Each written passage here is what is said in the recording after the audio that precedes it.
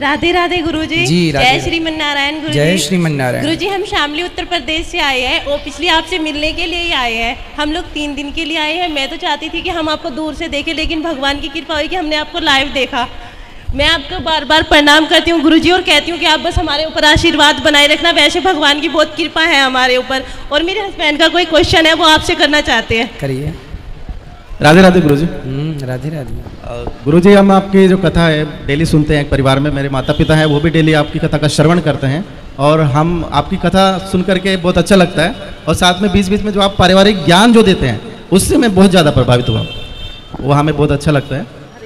और गुरुजी मेरा एक प्रश्न है, हालांकि मैंने बहुत 2-3 विद्वानों से भी किया था, उन्होंने अपने अपने तर्क इस पर दिए हैं, बस आपके श्रीमुख से मैं सुनना चाहता हूँ। कहते हैं कि हम सब एक भगवान की कठपुतली हैं, जैसे वो नचाते हैं हम नाचते चले जाते हैं। तो जो हम कर्म करते हैं, चाहे वो अच्छे कर्म कर रहे हो या बुरे कर्म करते हैं, उसमें भी भगवान की इच्छा होगी जिससे हम वो कर्म कर रहे हैं। तो जब हम कोई बुरा कर्म करते हैं तो उसका दंड हमें क्यों मिलता है सर? मेरा ये प्रश्न है। बहुत सुंदर प्रश्न है इनका, बड़ा गहरा है, बड़ा अच्छा सवाल है। बहुत कम लोग प्रश्न करते हैं ऐसा, आपने प्रश्न किया है, उत्तर दे रहे हैं। सारे काम भगवान करते हैं। कहते हैं ईश्वर की मर्जी के बिना पत्ता भी नहीं हिलता। तो जब सब भगवान करते हैं तो फिर पापी व्यक्ति क्यों है? बिल्कुल बिल्कुल, है ना। हमने चोरी की तो फिर हमने वो भी ईश्वर की मर्जी से की, क्योंकि सब ईश्वर की मर्जी से हो रहा है। ये सवाल है आपका। जी जी बिल्कुल। अब उत्तर के लिए आपसे ही मैं प्रश्न करूंगा। जी बिल्कुल।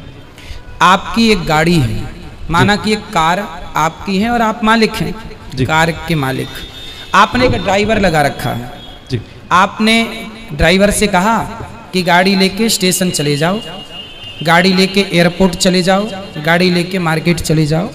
तो आप जो कहते हैं आपका ड्राइवर वहीं ले जाएगा गाड़ी। जी। गाड़ी आपकी मर्जी से चलती है, चलाता तो ड्राइवर है पर मर्जी आपकी है। सही है? जी बिल्कुल। आपने गाड़ी एयरपोर्ट के लिए रवाना की, जा बेटा मेरे गेस्ट आ रहे हैं, जाओ एयरपोर्ट से लेके आओ। ड्राइवर गाड़ी लेके चला, आपकी मर्जी से जा रहा है। जी जी। पर रास्ते में वो गाड़ी को किसी डिवाइडर से ठोक देता है, तो गाड़ी का एक्सीडेंट हो गया, गाड़ी का नुकसान हो गया, गाड़ी क्षतिग्रस्त हो गई। तो क्या ये आपकी मर्जी थी? जी नहीं। आपकी मर्जी थी कि गाड़ी एयरपोर्ट जाए, पर गाड़ी का एक्सीडेंट हो गया, गाड़ी गड्ढे में गिर गई। ये आपकी मर्जी नहीं थी, ये मर्जी नहीं थी, ये गलती थी। किसकी? आपकी नहीं, ड्राइवर की। हाँ या ना? जी। ड्राइवर के पास दोनों थे, एक्सीलेटर भी था और ब्रेक भी था। क्यों नहीं हिसाब से गाड़ी चलाया? क्यों डिवाइडर पर ठोक दिया? आपकी गाड़ी आपकी मर्जी से चलती है, पर जब उसका नुकसान होता है तो वो आपकी मर्जी नहीं होती है ना, वो लापरवाही होती है। उसी प्रकार ये संसार भगवान की ओर से चल रहा है, मालिक भगवान है, हम लोग केवल ड्राइवर हैं। हमारे पास ईश्वर ने विवेक दे रखा है। आपको पता है कि आपको गुलाब की सैया पर तो सोना है। आप कहीं गुलाब होंगे तो आप जाके उस गुलाब के ऊपर बैठ भी सकते हैं, खड़े भी, पर कांटों का ढेर होगा तो आप नहीं खड़े होंगे। आपको पता है कि ये गुलाब है, ये कांटा है, आपको समझ है कि ये सही है, ये गलत है। जब आपको समझ है तो आपने अपनी समझदारी से अपने मन को रोका क्यों नहीं गलत काम से? ईश्वर की मर्जी से संसार चल रहा है। आप और हम सबकी मर्जी में ईश्वर की मर्जी है, पर हम जो गलत निर्णय लेते हैं उसके लिए ईश्वर ने हमें स्वतंत्र, गाड़ी आपकी है, मालिक आप हैं, लेकिन ब्रेक एक्सीलेटर आपने ड्राइवर को सौंप रखा, भाई जहां जरूरत पड़े दबाते रहना। उसी प्रकार ईश्वर ने भी हमें बुद्धि देके स्वतंत्र कर दिया है कि जहां जरूरत पड़े वहां अपने हित में अहित में सोच लेना। आपको कहा जाए कुएं में गिर जाओ, आप नहीं गिरेंगे, आपको पता है गलत है। तो आपको स्वयं को ईश्वर ने इतनी पावर दे रखी है। मालिक तो आप हैं गाड़ी के, लेकिन कुछ पावर ड्राइवर के पास भी है ना, ब्रेक एक्सीलेटर। उसी प्रकार संसार ईश्वर का है, संसार ईश्वर की मर्जी से चलता है। पर जब आप गलत करते हैं तो वो ईश्वर की मर्जी नहीं होती, वो आपके मन की गलती होती है। आपने अपने मन को नियंत्रित क्यों नहीं किया? ड्राइवर ने गाड़ी को क्यों नहीं नियंत्रित किया? अब नुकसान हुआ है तो वो ड्राइवर को भी चोट लगेगी, मालिक को चोट नहीं लगेगी। भाई एक्सीडेंट हुआ है तो चोट, मालिक तो घर में बैठा है, मालिक तो परमात्मा है। अब तुम ही ड्राइवर हो तो तुम ही भोगो फिर। तो अपने अपने किए का दंड, ईश्वर की मर्जी से संसार चलता है, पर उन्होंने हमें सही गलत की सोच दे रखी, सही गलत क्या है वो पहचान दे रखी है। अब आप गलत करें तो इसमें दोषी ईश्वर कैसे हो सकता है? जी गुरुजी, लेकिन मेरा एक थोड़ा सा डाउट है गुरुजी। जी, हमने रामायण सीरियल देखा है टीवी में, ठीक है। उसमें ये दिखाया गया था कि जब राम जी लंका को जीत लेते हैं और माता सीता जी जब अग्नि परीक्षा देती हैं, उसके बाद में राजा दशरथ जी आसमान में प्रकट होते हैं। बिल्कुल। और वो राम जी को बोलते हैं कि मुझे तुम पर बहुत गर्व है, मैं तुमसे बहुत खुश हूँ।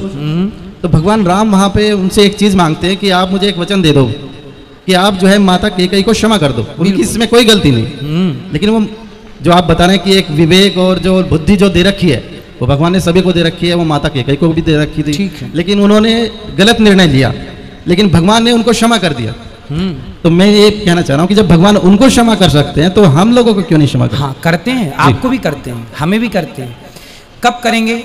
जब शरण में कैकेयी माँ चित्रकूट जब आई थी ना, तो उन्होंने क्षमा मांग ली थी राम जी से, आत्मसमर्पण कर दिया था, बेटा अपराध हो गया, राम यदि तुमने मुझे माफ कर दिया तो वचन दो कि अगली बार तुम मेरे पुत्र बन के आओगे। वही कैकेयी माता देवकी बनी और फिर उनके गर्भ से श्री कृष्ण प्रकट हुए। तो भगवान कहते हैं तुम कितने भी बड़े पापी हो, यदि मेरे सामने आके आत्मसमर्पण कर दोगे और मेरे हो जाओगे, मैं भूल जाऊंगा कि तुमने कोई पाप किया है। ये बात लिखी है लिखित में सुनिए। सन्मुख हो ही जीव मोहि जबहि जन सन्मुख हो ही, मतलब जब मेरे सन्मुख आ जाएगा, समर्पण कर देगा तो जन्म कोटि करोड़ों जन्मों के पाप मैं भूल जाऊंगा। ये लिखा है। एक छोटा सा क्वेश्चन जी, जी। हमने सुना है कि धर्म बहन होती है, लोगों से कहते सुना है कि ये हमारी धर्म बहन है। ठीक है। ये भी सुना है कि ये हमारी धर्म पत्नी है, लेकिन हमने ये कभी नहीं सुना कि ये हमारे धर्म पति है। ऐसा क्यों सर? हाँ, पत्नी भी एक ही होती है ना। अब दूसरी पड़ोसन को तो आप कह नहीं सकते कि मेरी धर्म पत्नी है। अपनी कोई ना, आप पत्नी कह सकती है मेरा पति है, परमेश्वर है। वहाँ धर्म तो लगा ही है, जुड़ा ही है, कहने की जरूरत नहीं है, है ना। इसलिए पत्नी धर्म पत्नी है, धर्म की माँ बन जाती है, धर्म की बहन बन जाती है, जो बन जाती हैं वो बन जाते हैं। अब सबको